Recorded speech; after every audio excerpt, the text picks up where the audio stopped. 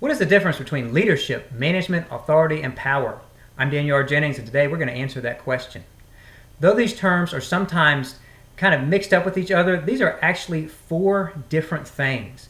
Management is the ability to organize resources, including physical and human resources, while leadership is the ability to cast a vision, motivate, and inspire people. Authority is the legal right to exercise administration or oversight over something, and power is the ability to do that. You know, one can be a manager, but not a leader. And one can be a leader, but not a good manager.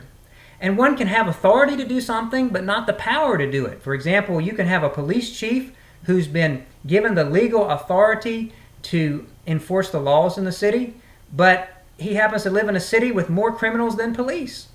He has the authority to do it, but he does not have the power to do it. Likewise, one can have power, but not authority.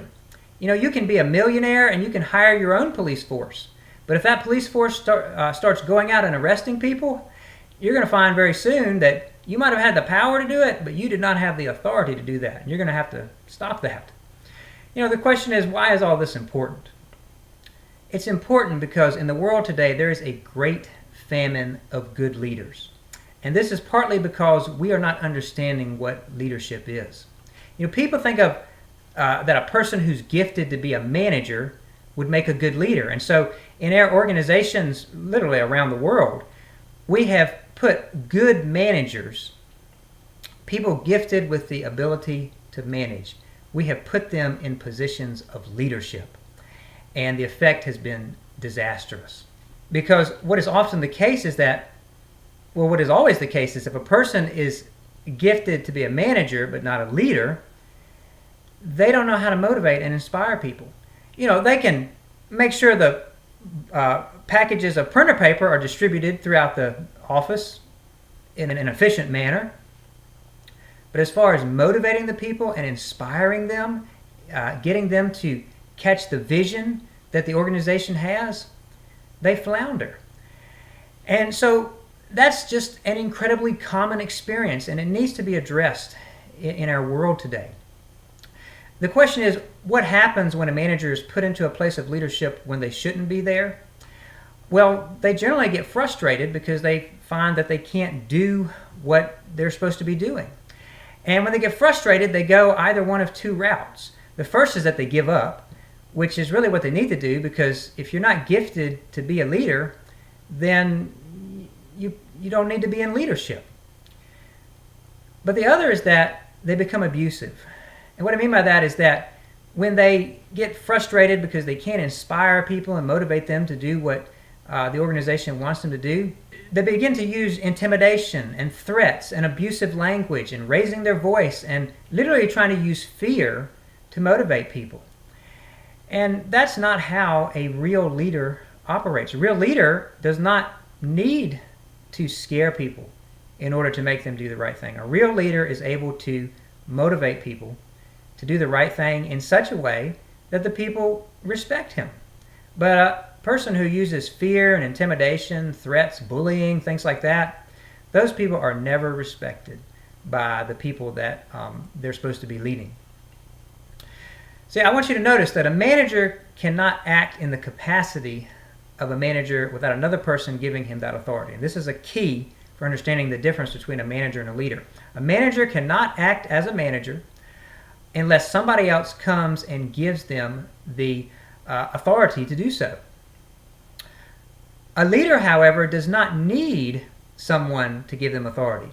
A leader has a God-given natural ability to inspire and motivate people that oftentimes supersedes man-made authority. To give an example of that, you can have a company where you've got Mr. Jones, who is the leader, quote unquote, who's been appointed as the leader, and you have Mr. Smith, and he's just a worker there. Mr. Jones says, as a company, we need to do X, Y, and Z. And then Mr. Smith speaks up in the meeting, and he's like, no, I think we need to do A, B, C. And before the meeting is over, Mr. Smith has persuaded the whole company that A, B, C is what needs to be done and not what the leader wanted to do of X, Y, and Z. And what this shows us is that leaders have a power of persuasion that overrides man-made authority. And that's why the natural gifted leaders need to be the ones who are in the position of leadership. Now, people who are in positions of leadership but not leaders, and then those natural gifted leaders, they don't get along with each other. They come at heads and at odds with each other, and you can understand why. Because there's obviously jealousy and frustration on the part of the non-leader. The point of all this is that we have got to change the way that we start picking leaders for our organization. We've got to make a distinction between managers and leaders and make sure that managers are put in positions of management and leaders are put in positions of leadership. The world needs leaders. Leaders inspire us, leaders motivate us, leaders help us to achieve greater things than we've ever achieved before. But until we understand the difference between real leaders and those who are perhaps just managers, we're going to continue to put managers in positions of leadership who, while they may be able to make sure that everybody gets the right amount of copy printer paper, they're not going to be able to inspire and motivate and cast a vision for the people in our organizations. And our organizations are going to struggle. We're going to achieve less than we could so long as we have the wrong people in the positions of leadership.